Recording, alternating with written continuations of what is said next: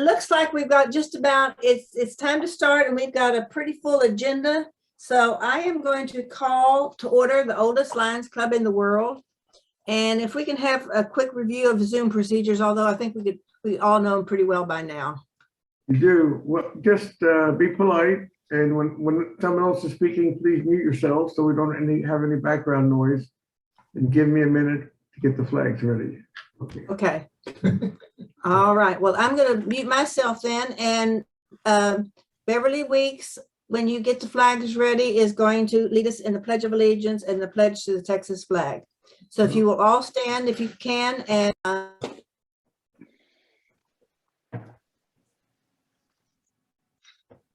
Okay.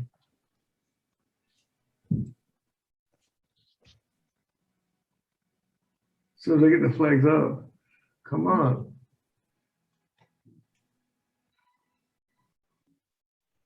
You want me to help you? No, I'm just, yeah, my machine decided to take a slow vote to China for some reason. That's the wrong one. All right. Yeah, help me.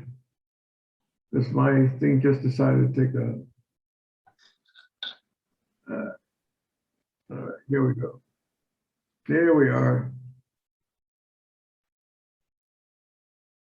Here we go.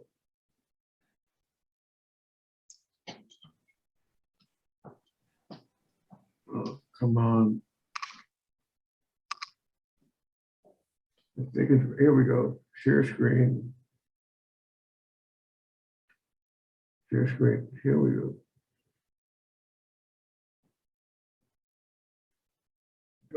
Yay, here we go.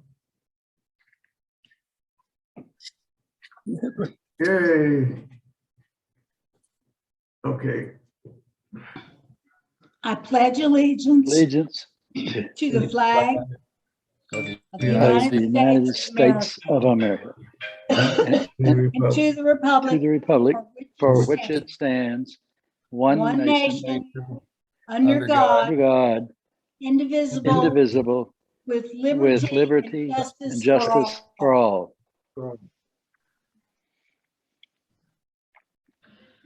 And the Texas flag, honor the Texas flag. I pledge allegiance to thee, Texas, one state, under God, one and indivisible. Yeehaw! Oh.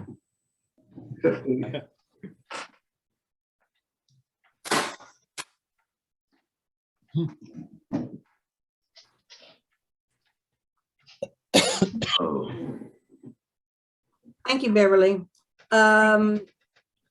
Would we introduce, I guess, one more time, Stephen? Who wants to introduce Stephen? Where's Ann? Ann, do you want to introduce Stephen? I was going to say we have a new puppy in our midst. I was waiting my turn. Ann, would you introduce our guest? I'm very happy to welcome Stephen Mabry, who is the president and CEO of the Texas Lions Camp over in Kerrville. And when I was there Monday, I was talking to him and told him that Colson was our program for today and invited him to join us. And as we're going to learn in a bit, Colson was a counselor this summer. So Stephen, is there anything that you want to say? Well, first of all, I want to say thank you to you guys. There's a couple of things to be thankful for from my perspective. Number one, I want to thank you guys for the incredible pledge that y'all just made to our capital campaign that's currently underway. I don't know if it's possible, but if y'all wanted to pass meeting rights to me, I could share a file with you, just kind of show you some current events and current pictures from our construction. But first of all, I wanted to say thank y'all for joining us through an amazing pledge during what I know is a challenging fundraising season in all of our lives. Secondly, I want to say thank you guys for the incredible caliber of people you guys put in your club. A number of you guys on this call right now sit on the Lions Camp board. Ann is a prime example, is also an officer in addition to serving on the executive committee. And you guys have sent us a dynamo. She daily adds to our organization and does a phenomenal job as a board member. And so we've got several others that I've seen, JP Kirksey, Shirley Dillman, And I'm sure there are probably some others. I don't have the gallery open right now, but just want to say thank you guys for your continued support and all that we're able to accomplish together in the lives of our kiddos. Colson may or may not be on the call, but just briefly, I want to tell you that we had a phenomenal summer this past year. Where, as you guys know, we stood up a pilot program for the very first time in our history in response to pandemic operations. And we did family camp, which has actually been in my heart to do for a while, but this offered a fantastic alternative to the way that we needed to operate during this pandemic. And so Colson was definitely one of the reasons that things went so incredibly well. And I can tell you, as an eyewitness to some of the things that happen out here at camp, it is such a pleasure to see these young kids invest in the lives of others. It's a lesson, honestly, that's not taught on purpose very often anymore, except in certain circles. And Texas Lions Camp is one of those circles where not only are we training our young adults that are up and coming to enter society with other people's thoughts in mind, but also our kids. It's really one of the magic things that happen at camp is to teach kids not to focus on their own, but also the interest of others. And so that's one of my great pleasures in life is to get to be eyewitness to seeing that happen, not only on the camper level, but the staff level. So if Colson indeed makes it, I know that he'll have some good things to share, but so appreciate him and 34 others that joined us. And if I expanded to the kitchen staff, we had about 45 staff members this past summer. So that is considerably lesser than what we would do. I normally have anywhere from 165 to 225 when you count volunteers and med staff. So it was about a 65% reduction on purpose, because the other thing that happened to us, as you guys know, is that we experienced some severe weather in the spring of 2020, actually 3 significant storms. And so that reduced the amount of space that we had to offer. So it was kind of weird getting ready for camp this summer and preparing by getting rid of all of the bunk beds out of the bunkhouses. So what we did is we rented furniture and we set up hotel suites, and each family had their own wing within the bunkhouses to reside in. And so that was where they resided and how that worked throughout the summer program. It was a phenomenal success. I'm so could not be more pleased with the way things went, and look forward to repeating that program on some level from now on. But it is our how we're planning to proceed with 22. So with that, I understand Colson joined us. So let me stop talking and turn it back over to you guys with my thanks. Thank you guys for all you do. Thank you, Colson. Do we have any other guests? Other than Grant the dog? I will unmute and introduce our guest. And my phone is going off. Future leader dog Shelby, who is 9 weeks old tomorrow. And we took Daisy back returned her for training last Monday and picked up Shelby on Tuesday. So hopefully she'll be joining us in some in-person meetings here in the not too distant future. Great. Any other guests? Linda, I just wanted to say that Colson is online. He's on our call, and he's our program, and I'll introduce him in just a few minutes. Okay, great. Yes. Yeah, I saw him. Great. It's always good when they show up. Okay.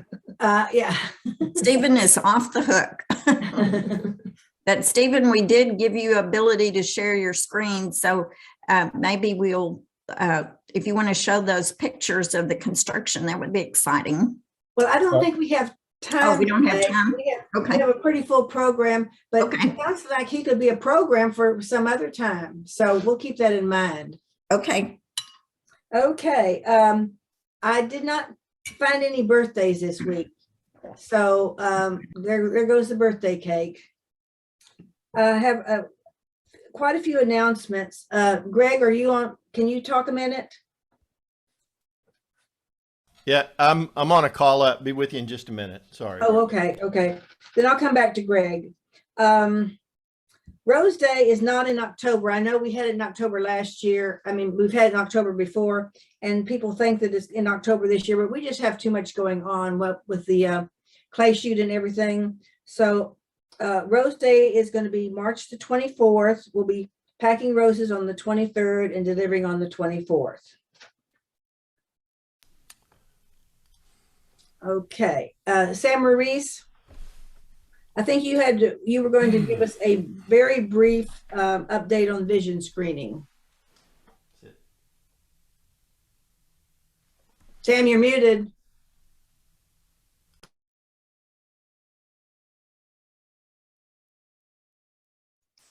There you go. Okay, how are we now? Okay. We've got some events coming up now. It looks like it's starting to open up in the community. There's going to be a few others, but right now we're looking at going to St. Elmo Elementary this Saturday from 9 to 1. We've got 3 people already going to show up, and we're going to have some assistance there by the organization, and hope to see a lot of children. It's being put on by the Mexican consulate, and they're doing it at St. Elmo Elementary, which I think is good for us. So we've been to Travis, and we've been to a couple of other places, Central Health, Community Care. And I want you to know that when we went to Travis, we found 2 students that were in severe need of glasses. One of them was 7 years old. The other one was, he was a 10th grader. And I just found out yesterday that both of them are going to get glasses. I did not have to participate. We found other ways to getting them glasses. But if nothing would have happened, we would have interceded and gone in no matter what. Even though they would have had Medicare or Medicaid, we were going to jump in and do it. And I'd already had approval to do it. So anyway, it worked out. They're getting glasses, and especially the 7-year-old will be having glasses next week. And he almost took all my red ink and astigmatism and myopia. So thank goodness we caught him, and he's going to be fine. And so hope to have some people there, but we're doing a fantastic job. And when we deal with the community, they love us. We're doing a great job. And I appreciate that from all the help that I get. Thank you, Sam. Greg, are you ready to give us an update on the plastic project? Okay, I guess he's still on. I am. I had to find my mute button. Oh, okay. So, thanks to everyone that's been sending me email with a report of when you've collected and dropped off. It looks like Randall's is our preferred drop-off spot based on what I've seen so far. As of yesterday, I'm happy to report that we have 101 pounds collected and dropped off. That's well on our way toward the goal of 500 pounds within the next 6 months. So thanks for everyone. As you get plastic collected, if you need somebody to pick it up, shoot me a message or give me a call, and we'll arrange for somebody to do that. If you're able to weigh it and drop it off yourself, just send me an email message and let me know the date and where you dropped it off and what the weight was, and I'll keep track of that and continue to give updates. Thanks. Great, thank you. If you want to drop off at Randall's on Mesa, Sid has found out how to do it. It wasn't obvious when we went to do it the first time. Okay. Okay. Okay, I have one more announcement before we get into our programs. At the board meeting, we agreed that we wanted to send thank you notes to our speakers because we haven't been doing anything. So there's 4 people who volunteered to take, each one is taking a quarter of the year and sending out thank you notes. And with the thank you notes will be a note that says, a donation will be made in your name, and it will list 4 of the charities. And the charities are the Leader Dogs for the Blind, Lions Club International Foundation, Texas Lions Camp, and Texas Lions Recycling Center. That's for the eyeglasses. So they will get a thank you note, and they will know that a donation has been made in their name. And so that will start with, I guess, with today's program. So thank you very, very much for, I'm hoping that will be very appreciated. Does anybody else have any announcements before we get into the program? Ma'am. I was going to suggest that when we list Texas Lions International, that we put in parentheses, among other things, but disaster relief, because I'm not sure some of our speakers would really know what Texas Lions Camp International really does for us. But I know the most direct thing that we can reflect is the disaster relief. Thank you, Mim. Thank you. Okay. Anyone else? All right, and then will you introduce our program and our speakers? Yes, I'm very happy to introduce today Colson Muirhead. He's a student at Texas A&M University. And Colson, we have quite a few members who are Aggies, so you're in good company here today. Anyway, Colson is going to talk about Texas Lions Camp from his perspective. He was a camper there for many years. And then, as Stephen said, he was a counselor this past summer. And so we're going to let Colson tell us his story and tell us how Texas Lions Camp has had an impact on his life. Colson, welcome. Hi, everyone. Can y'all hear me? Okay, perfect. I made a little presentation, so I'm going to go ahead and share my screen.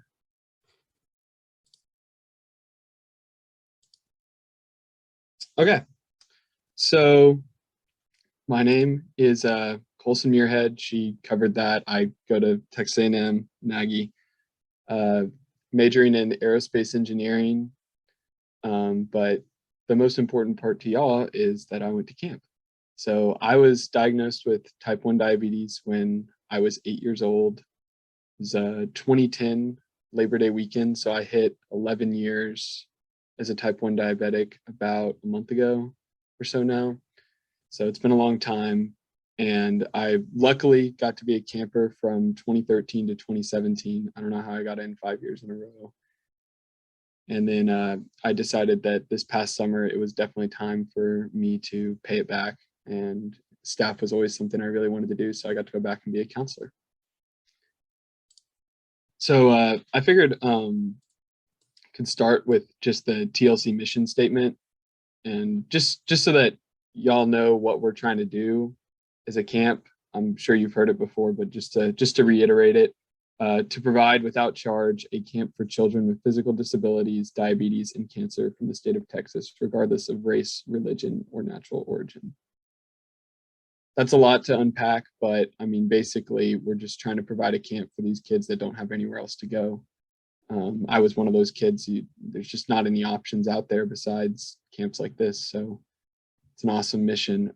Our goal is to provide an atmosphere wherein children will learn the can-do philosophy and will be allowed to achieve maximum personal growth and self-esteem. So after that, I mean, brought some pictures from when I was a camper. I'm in the middle right here. I don't know if y'all can see my mouse or not, but right here. So, I mean, as a kid growing up with diabetes, it's lonely. I didn't know a single person in my entire school, elementary school, middle school, high school. I went to Round Rock High School that had almost 4,000 students, and there was only a couple other diabetics, and I really wasn't friends with them.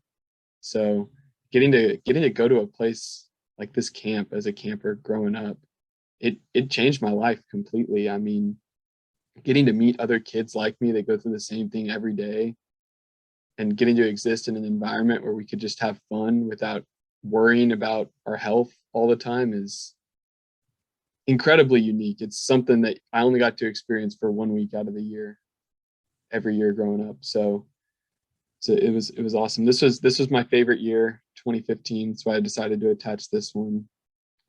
Definitely the best year at camp. Here's the picture from 2016. Right here in the front this time.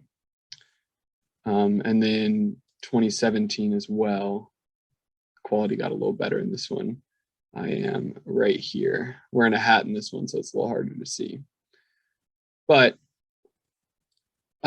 what camp did for me as a camper is what we're trying to get to here. And I gained independence. That was the biggest thing.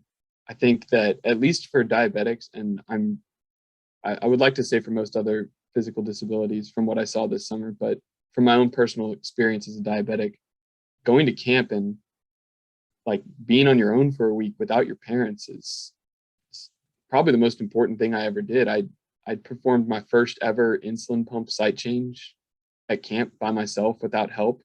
I remember walking in to the infirmary and expecting them to do it for me like my parents had always done.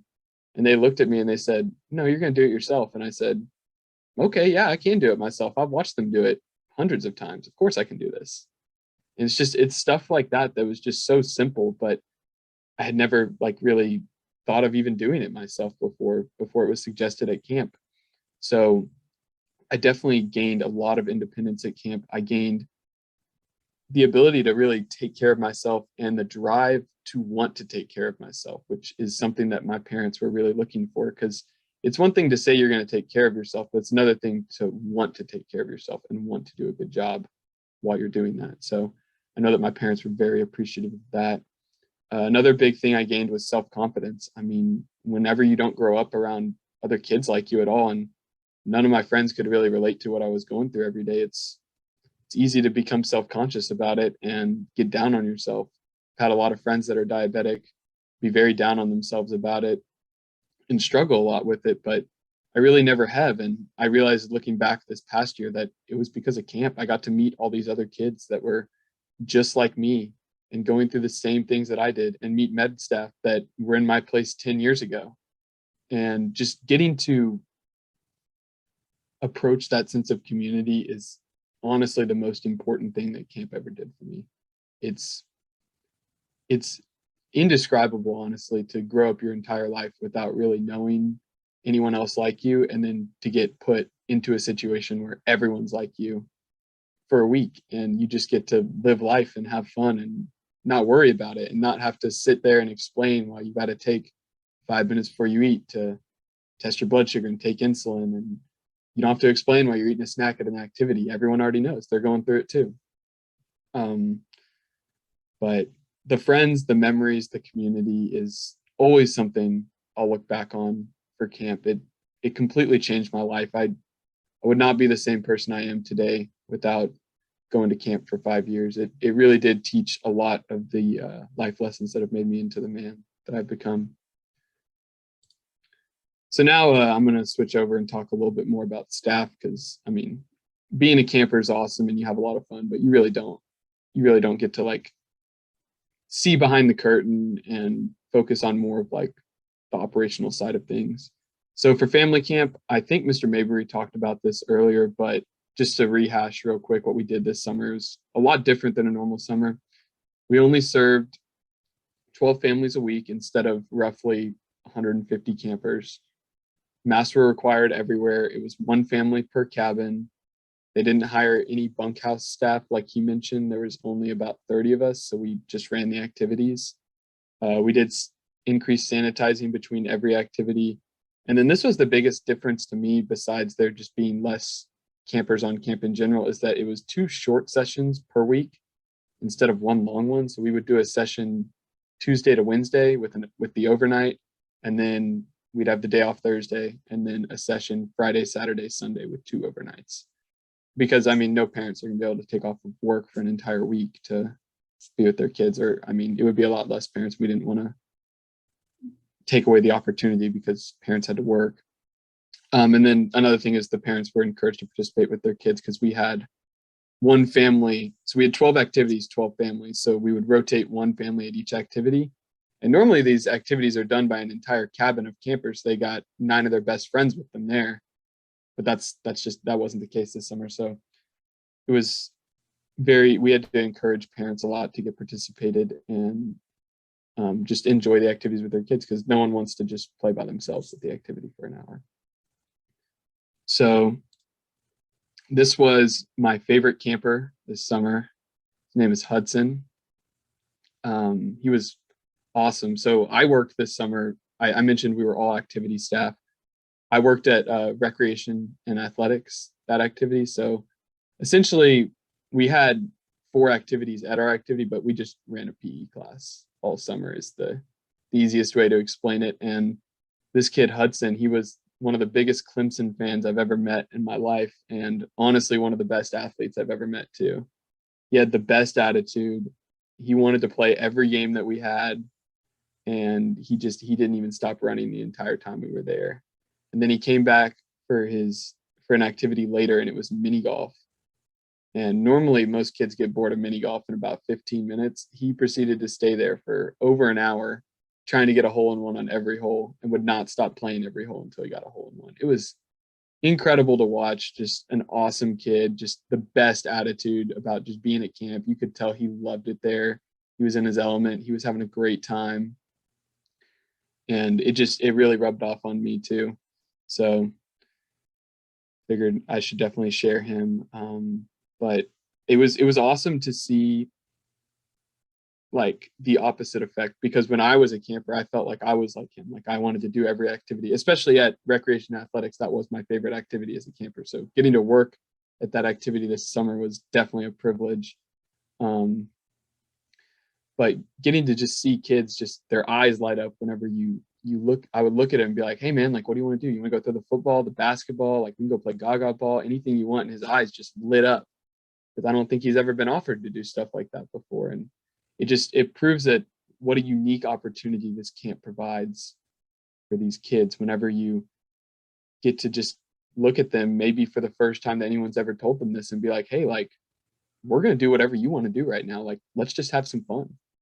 Because I mean, they're picked on a lot for their physical disabilities, and they're outcasted by their friends and stuff, and by the people in their classes. But getting to just provide that inclusive environment where they can grow and have fun is just, it's amazing. It's amazing to be in that environment, and it's honestly just as amazing on the other side, getting to provide that environment. So here's some more pictures from this summer. Like I said, I worked recreation and athletics, so pretty much every sport in the book. It was perfect for me. It was right up my alley. I love playing sports. I love being outside. So it was a great summer. Just some more pictures as well. This is more of like, so the last slide was pictures from my activity. This is more of just like all staff in general, or the bottom two are from camp out. And the top right is the all staff picture, and the top left is is from check-in whenever we'd be welcoming the campers in. So what I'm getting to is what camp did for me as a counselor. I learned a lot of valuable skills. I'd never worked with kids before, and this summer I feel like I kind of learned the whole book. I mean, it was an incredible experience. I didn't know if I was going to like it or not, but it's definitely something that I have a passion for. So that was really cool to get to develop a passion for something new this summer. I worked with 150 qualifying disabilities, so it was awesome because I've never really gotten experience working with kids like that before, and it's always something I've wanted to do as someone that has a physical disability, diabetes. Like it was incredible to get to see like some of the more of the spectrum of the disabilities that I could serve, and be able to relate to them, even though we go through different stuff every day, but relate to that same struggle of like, hey, like I got to deal with this every day. You got to deal with that every day. Like, I feel you. I gained a lot of perspective. I had never gotten to see camp outside of the diabetes sessions, and getting to see those physical disabilities, you gain a lot of perspective as to what I have in life and what advantages I have, and how little diabetes affects my daily life in terms of like how much some of these disabilities affect these kids every day.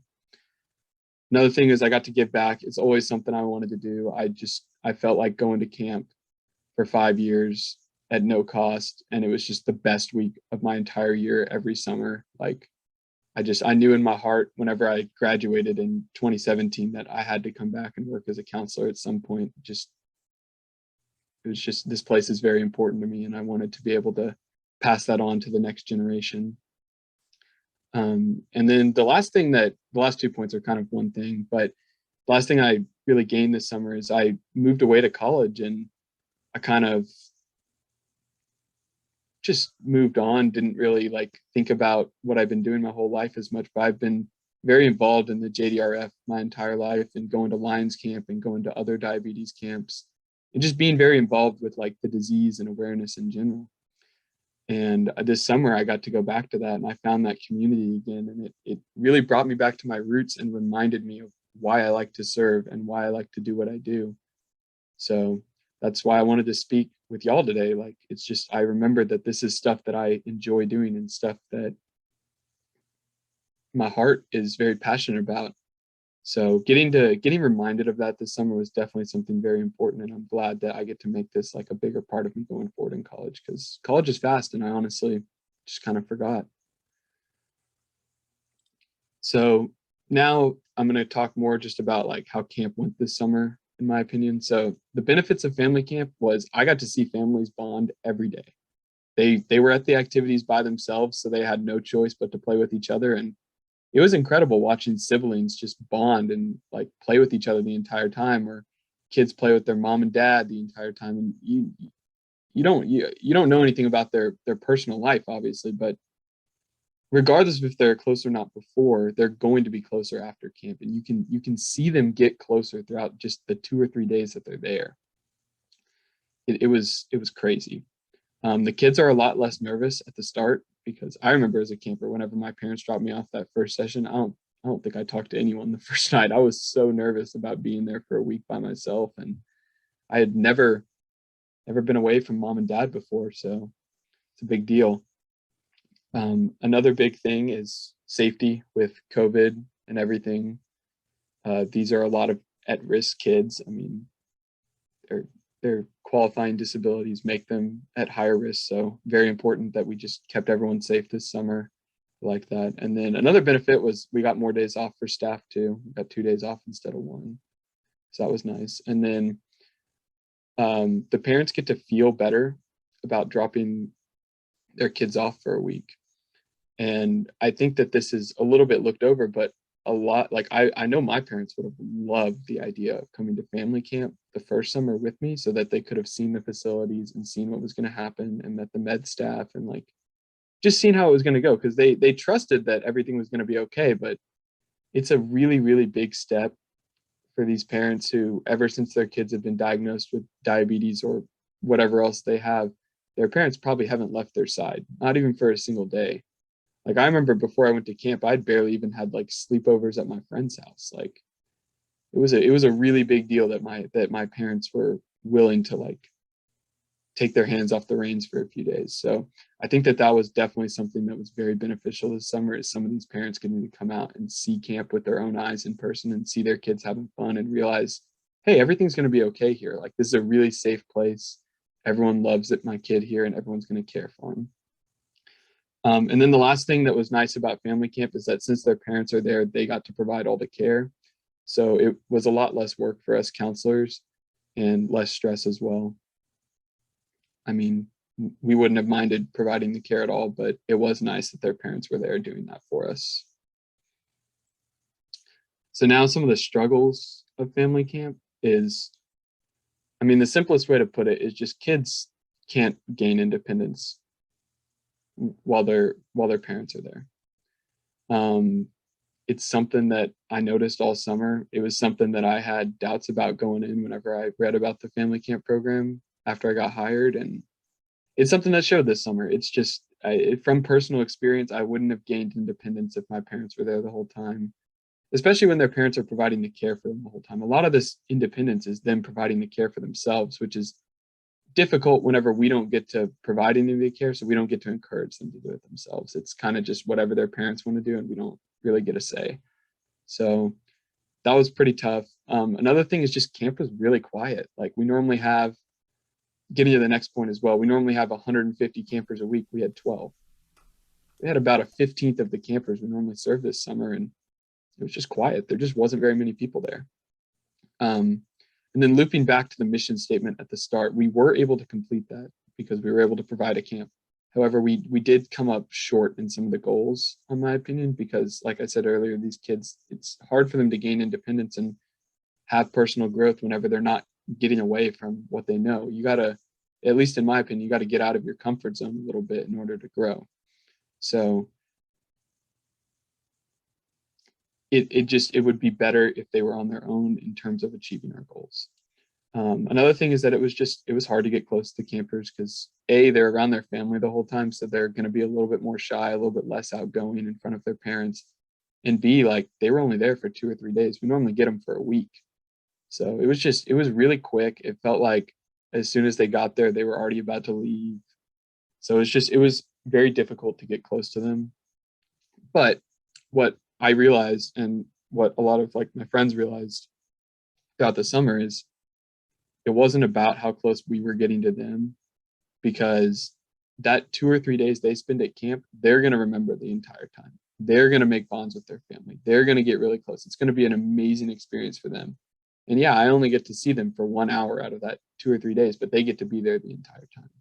So whenever I was looking at it that way, it was a lot easier to just go out there and just take my hour that I got with them and just make it the most fun that they've ever had in their entire life, or at least as much fun as I could give them.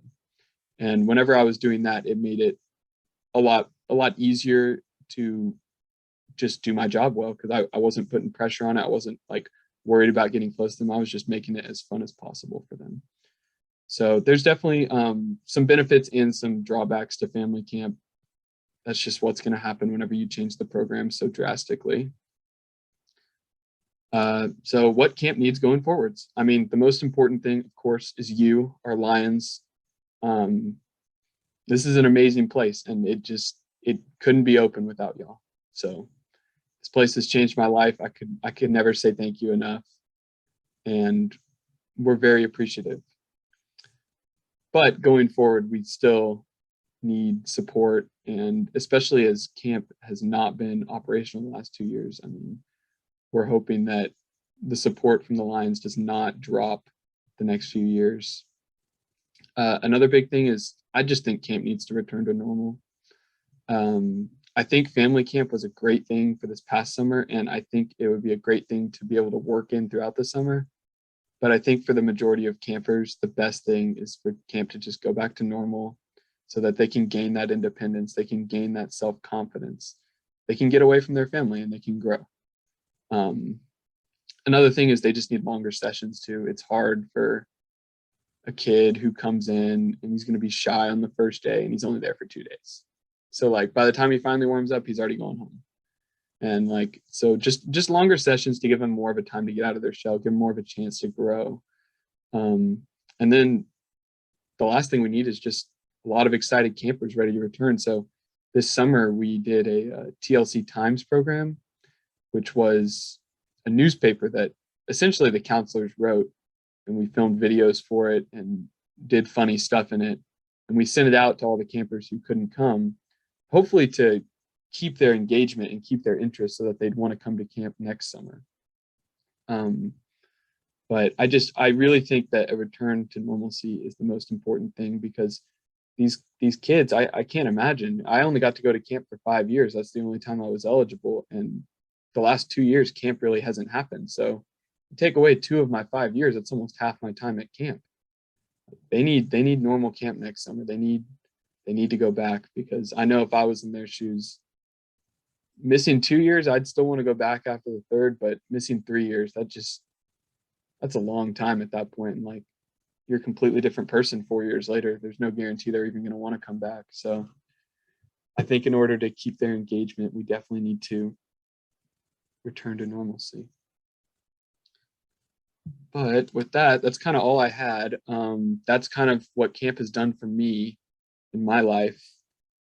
It's definitely one of my favorite places in the entire world. And it's really special that y'all brought me in to speak about it. So thank you for your time. If anyone has any questions, speak up.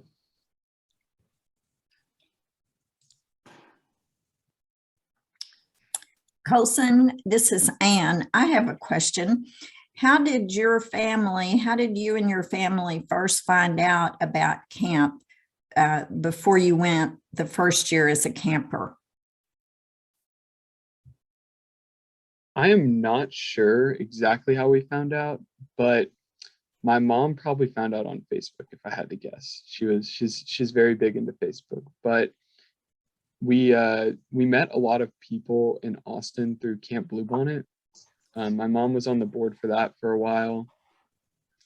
So I went to Camp Bluebonnet like the first year I was diagnosed. And then that next summer we found out about Lions Camp. But I wasn't really ready to like be away from home for a week yet. So we waited another year. And then I went the following year. Paulson, could you unshare the screen so the gallery can come up?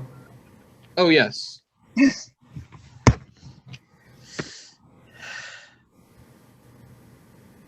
Wilson, what do your parents have to say about Texas Lions Camp now? How do we get parents to release the child to start with? I guess that's the story that we want to convey to the parents, to get them to have that child enjoy the camp. I would say, in my opinion, the best way that we can convince people to let their kids go to camp is to have them talk to former campers like myself. It's definitely what I've realized this summer, because once I realized about halfway through the summer that this summer it was great that we were able to provide camp, and it was great that it was family camp, but the most important part of this summer is getting these kids that we had this summer to come back next summer so that they can experience like the full week of camp when they're all by themselves, and they can gain independence and they can grow, right? So what I did is I would specifically talk to their parents, like when they were at my activity, and just go up and be like, I was a camper here for 5 years. Like, how do y'all feel about camp? Like, and just answer their questions for them, because just getting to talk to someone like me, I went to camp for 5 years. I learned a lot. I was fine every year. And then I moved out and I live on my own now. My parents don't help me at all anymore. And now like I'm able to live on my own. And when parents see that, it can give them a lot of confidence, and it can give them a lot of like reassurance that, hey, like my kid is just like him. He's going to get there one day. Like maybe he's not ready for that independence right now, but like he's going to get there one day. And I know that my parents would have really appreciated that, because we didn't know a lot of diabetics that were older than me, especially at that time, like before I had gone to camp. So I know that they had some very serious doubts about sending me. And it's a scary thing to let go of your kid that you know can't really like function away from you, and just hand the reins off to someone else who knows what they're doing, but you don't know that for sure. Like there's just all this doubt. So I'd say definitely the best thing we can do is just have them talk to former campers, have them talk to former counselors, and just like let them share their experience. I have a comment to make. When I went up to camp one time, I saw a paraplegic riding a horse. And I said to myself, that's the only place that child would have an opportunity to do this. And that made a huge difference. In fact, it made up for the fact that we had to paint the inside and the outside of the latrines. Let's see. I think we had, Gaylord had a question. Gaylord, you muted.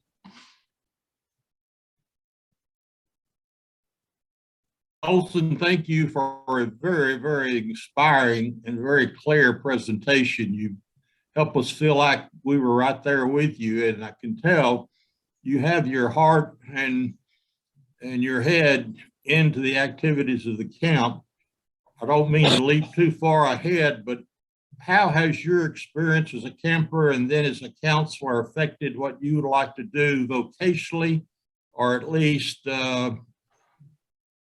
in what spare time you might have for other pastime or activities? So definitely, like I said, camp really grounded me this past summer. I had left home and kind of just gone to college, and everyone changes a lot their first year of college. You grow a lot. You're living on your own for the first time, and you kind of let go of some of the stuff that you had been holding on to while you grew up. But camp did a really good job this summer of reminding me of how much I really enjoy working with diabetes in general, like just fundraising, working with kids, talking to anyone, but specifically like this summer, I developed kind of a new passion for like working with kids with disabilities. So this past semester at A&M, I went out for an organization that's really hard to get into. So I did not get in, but their philanthropy was Still Creek Ranch, which is it's a home for abandoned boys and girls in the Bryan College Station area. And basically they go to school there, they live on the ranch, they play basketball every day. Like, it's an amazing place. And we got to go out there and visit for like one of the like rush events, I guess. And it was a service event there. And I got to go out there and just work with the kids and stuff. And honestly, the real reason I wanted to be in this organization is because of their philanthropy. I mean, the rest of the organization is great and the guys are really cool, but the philanthropy itself was just, it was just like camp. Like when I was there just watching them play basketball in that gym, it felt like I was back at camp working again. I was like, this is incredible. This is what I'm looking for right here. So definitely stuff like that. And like I said, I didn't really get into this stuff last year, so I'm still looking for more opportunities right now. I'm just trying to find ways to serve and work with kids and work with diabetes going forwards. Do you see maybe a future as someone that would, as a vocation, run such a camp? Personally, I don't really think that that's where I'm heading in my future. I don't really want to do that career-wise. However, like I said, I love spending my time volunteering, working with stuff like that. So it's not something that I would close the door to ever either. Mhm. It's definitely something I really like to do, but that's just not the path of my career at the moment. What is the path of your career? I'm an aerospace engineering major right now. So hopefully start interning next summer or 2 summers from now and be building rocket ships in 3 years. There you go. Well, good luck and thanks for a great presentation. Thank you. Roberto had a question now. Roberto? Yeah, being from A&M, there's some service organizations there. Point them in that direction to the camp. Okay. So be that leader to bring in some more volunteers to the camp, and also keep that going. Organize more people to do that. Even though you may not want to do it directly, you have that opportunity to organize more people to do that. Okay? Take that opportunity. Thank you for your presentation. Hey, Yes. I got a comment. This is Sam. I was wondering, as your aerospace engineering, as you know, NASA is right across the street from you there. NASA's pretty close. And I know a lot of friends at NASA because I work there. I was just wondering, there's going to be a lot of NASA is looking now at participating with disabled people. I don't know whether they're going to be able to fly or not, but I could see with your empathy that you could probably be involved in aerospace engineering, and NASA would be looking in your favor because of the fact of your empathy. I think if you look at that situation, you might be of help to NASA in that regard with people with disabilities, making sure they're able to fly. And with aerospace engineering, I think that's a good combination. Thank you. That's awesome. I did not really know that they were looking for that, but that is something to keep in mind for sure. Great. Yeah, they are. Does anybody else have a question or a comment? Steve. Great presentation, Colson. Really terrific and inspiring. And I have visions of you actually opening up the first Lions camp in space. That's what I think is where you're heading. So that's, you know what I mean? And Glenda will be painting latrines in zero gravity next time. And that'll be interesting, if nothing else. Okay, you know? okay. And I love that only an Aggie after his freshman year or her freshman year knows exactly where they're going. Like just about any other college, you'd ask but Aggies, they've got it figured out, essentially, as they're driving to Bryan with their luggage for the first time. So great presentation. Thanks for coming. Thank you. And Nim had a question. Well, not a question. I have a suggestion is that you may search and entertain the opportunity to join a Lions Club in the Bryan College Station area and participate in some of their activities as well. Even as you're a student and you think your time is so consumed, but you'll find time to do some of these things. No, that's a really good idea. Thank you. Good luck. Good time. Any other, okay, Chuck? Have you heard about the Juvenile Diabetes Research Foundation? They have some volunteer activities as well. Yes, I have. I did the JDRF one walk in Austin. There are a For, lot of opportunities I to think 10 years. volunteer that you might be interested. One of which is a sort of a counselor or a person a family can turn to for some advice, some encouragement, and so forth and so on. You know, good Just an idea. suggestions, good suggestions. Yes, thank you. Glenda, this is Stephen Mabry. If I could just for a real quick comment, I want to say thank you to Colson for a professional and top shelf presentation today. And let me say this, that when it comes to kids, we're all marshmallows, but when it comes to our staff, we're actually very hard on them. And our hiring standard is this: hire the best and forget the rest. And you can see why Colson made that cut, and the organization that he mentioned that passed on him missed out on an obvious great opportunity. But Colson, well done today, and thank you for speaking for Texas Lions Camp and your experiences today. Absolutely, absolutely. This was Thank you, Mr. great. Mabry. It's great. Anybody else? Okay, Patty Robinson has the program for next week, but I don't see Patty here anywhere. Is Patty here? Okay, well, next week the program is going to be a gentleman named Chris Tabb will talk about White Cane Day and how it is a declaration of independence for people who are blind or visually impaired. So that should be very, very interesting. Looking forward to that. JP, you're muted, but talk. Well, it's about 1:20 and Stephen had some pictures he might be able to show. Stephen, how long do you think your presentation might be? I don't know what y'all normally do as far as time wise. We are coming down to the bottom of the hour. I'm happy to share them if y'all want to. We have about 10 minutes. Okay.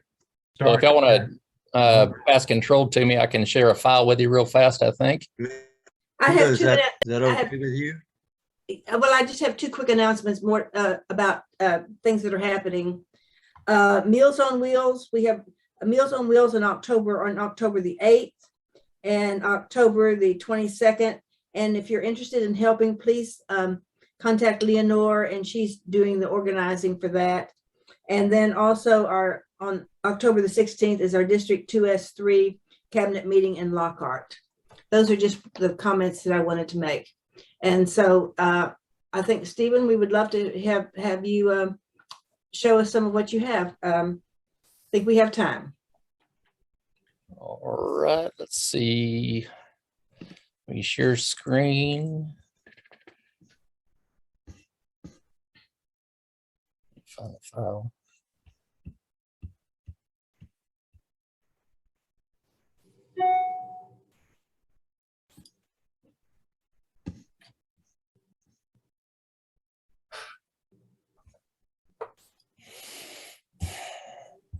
Is that an Aggie computer you're working with, Stephen? I've got 1,000 files open. If I can find it. I'll tell you what, let me see if I can just share my desktop and then go at it from that direction.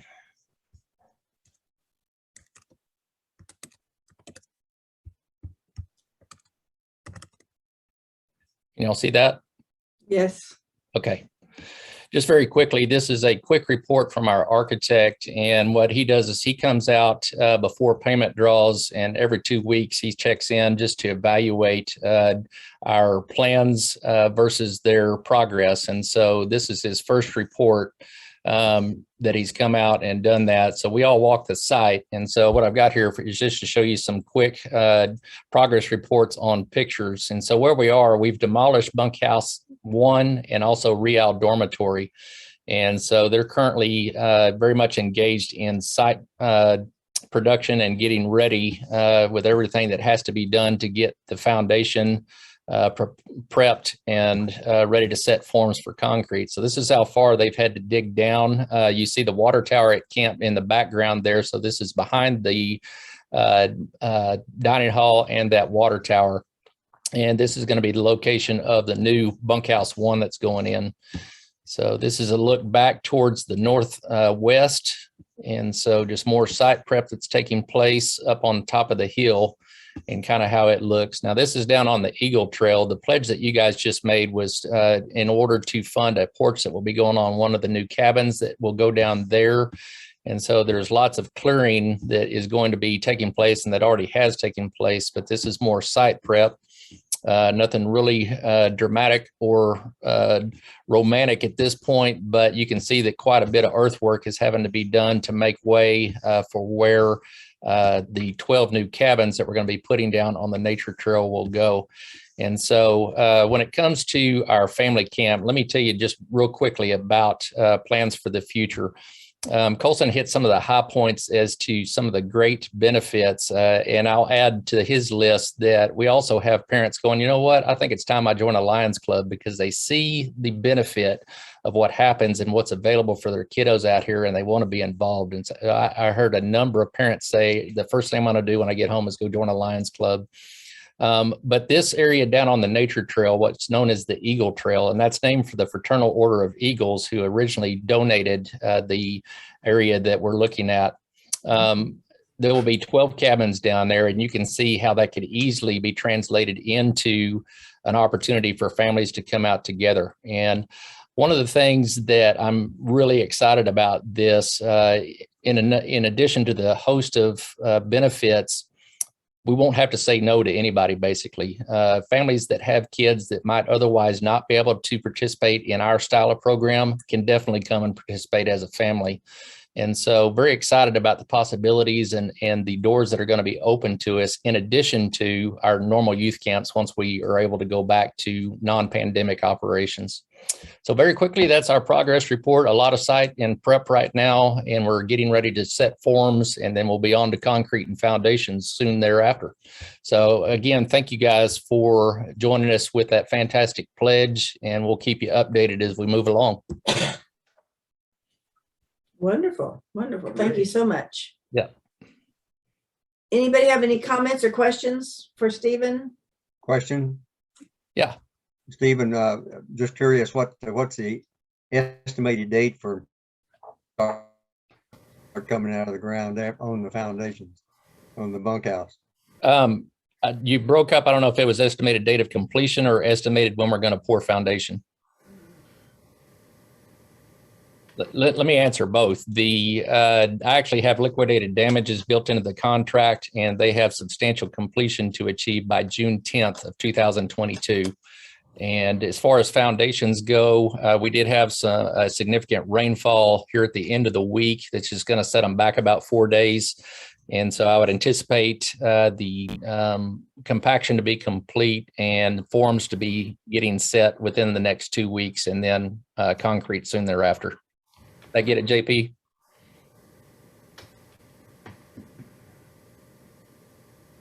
I think you answered his question, yes. Okay, okay. Anybody else have any questions or comments to make before we adjourn? Jim, you're muted.